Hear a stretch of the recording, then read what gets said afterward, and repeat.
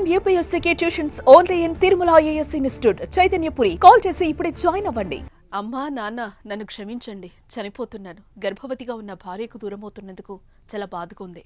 పుట్టబోయే బిడ్డను బాగా చూసుకోండి అంటూ ఓ వ్యక్తి లెటర్ రాసి ఇంటి నుంచి వెళ్లిపోయాడు. అలా వెళ్లిపోవడానికి కారణమేంటో తెలుసా? బెట్టింగ్ భూతం.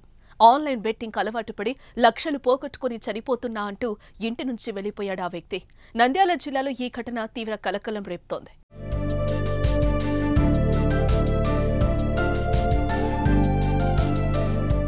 ఆత్మకూరు పట్టణంలో నిరంజన్ వలి అనే యువకుడు ఆన్లైన్ బెట్టింగ్ ఆడటం వల్ల 13 లక్షలు అప్పు చేశాడు.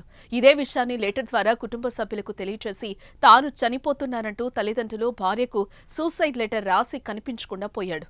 13 లక్షలు అప్పు చేశానని, ఈ విషయం ఎవరికీ చెప్పుకోలేక మానసికంగా కుంగిపోతున్నానని, నేను యాక్సిడెంట్ ద్వారా చనిపోతే నేను చెల్లిస్తున్న LIC డబ్బు వస్తుందని, ఆ డబ్బును అప్పు ఇచ్చిన వారికి ఇవ్వాలని లెటర్లో రాశాడు. అప్పు ఇచ్చిన వారి వివరాలు పుస్తకంలో రాసిపెట్టాడు. ఎవరెవరికి ఎంత చెల్లించాలనే విషయాలను పేర్కొన్నాడు.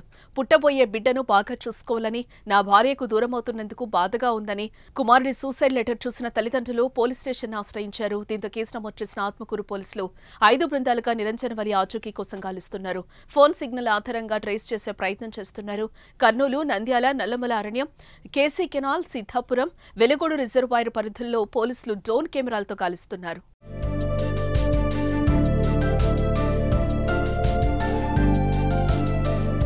బెట్టింగ్ అలవాటుపడి సర్వం కోల్పోయి చనిపోతున్న వారి సంఖ్య రోజురోజుకి పెరిగిపోతోంది. తాము చనిపోవడం, తమతో పాటు ఇంట్లో వారిని, పిల్లలను చంపేస్తున్నారు. దయచేసి బెట్టింగ్ కు దూరంగా ఉండండి. నిన్నటి దినము రాత్రి 9 గంటలకు నిరంజన్ వలి అనే అతను ఈ ఆన్లైన్ గేమింగ్స్ ఆడి ఎక్కువ అప్పులు పాలైపోయి అతను ఇంటి దగ్గర నుంచి కనిపించడం లేదని, ఇంటి దగ్గర ఏదో సూసైడ్ లెటర్ రాసి పెట్టాడని వాళ్ళ తండ్రి వచ్చి ఫిర్యాదు చేయడం జరిగింది. వాళ్ళ తండ్రి ఫిర్యాదు మేరకు కేసు నమోదు చేయడం జరిగింది.